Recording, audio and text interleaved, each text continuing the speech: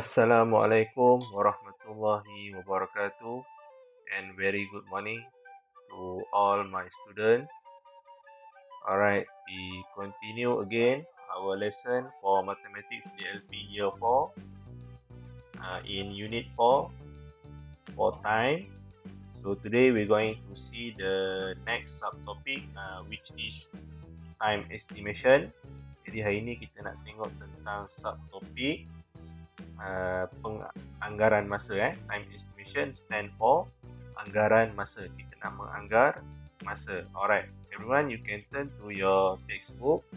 You can see at page 145. Alright. Okay, there is two example there. Okay, let we see the first example. Okay, traveling distance for 100 km takes 1 hour. So what is the estimated time taken to reach Malacca? Jadi soalan kat situ dia bagi tahu perjalanan jarak perjalanan untuk 100 km ambil masa 1 jam. Jadi berapakah masa yang diperlukan untuk sampai ke Melaka? Jadi sekarang ni dia bagi kita satu situasi. Jadi dia minta kita anggarkan apakah masa yang diperlukan, berapakah durasi masa perjalanan. Alright. Okay, now we can see here.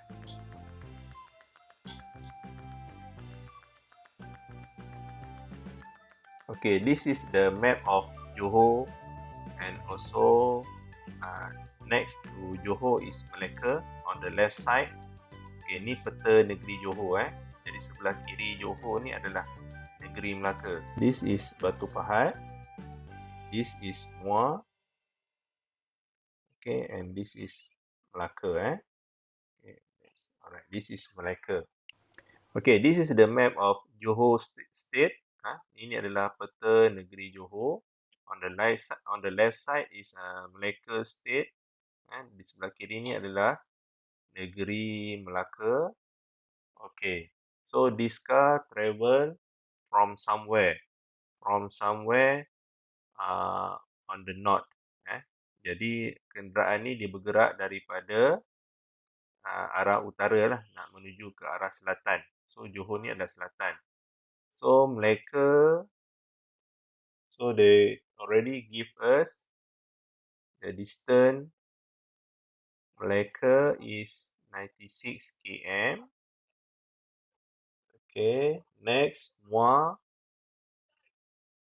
138 km, and also Batu Pahat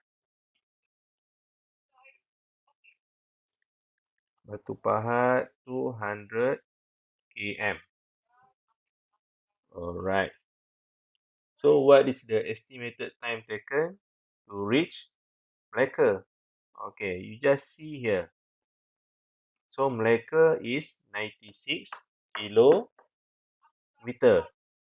Okay, so in the question, the information given to us is travelling distance for 100 km takes 1 hour. So which means the estimated time to reach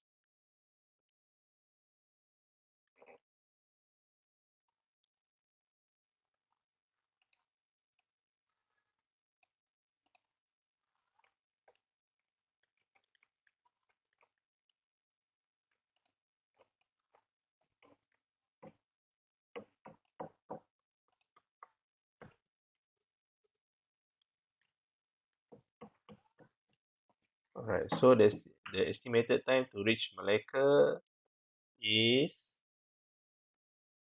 about 1 hour. Okay, it's about 1 hour. Okay, how about the estimate how about if the question asks us the estimation time taken to reach Muar and Batu Pahat? Can you give the answer? Alright. So if what is the estimated time to reach Muar? Okay, you can see here 138 kilometer. Okay, which means we can say about 1 hour and half, lebih kurang 1 jam 30 minit. Because 1 hour we can travel around 100 kilometer. Sebab lebih kurang 1 jam kita boleh bergerak sejauh 100 kilometer. Okay, so how about 200 kilometer? If 200 kilometer, which means the estimated time to reach Batu Pahat, okay, will be about 2 hours. Jadi kalau